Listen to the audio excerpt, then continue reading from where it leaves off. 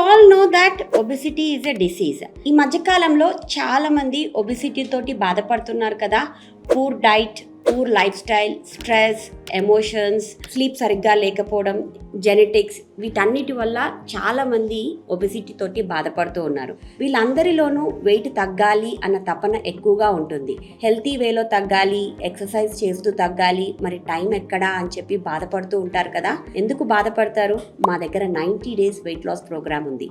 ఈ weight loss ప్రోగ్రాంలో మీ ఇంట్లో దొరికే ఐటమ్స్తో ఎంత బ్యాలెన్స్డ్గా ఫుడ్ కుక్ చేసుకోవచ్చు అన్నదే మేము నేర్పిస్తాము.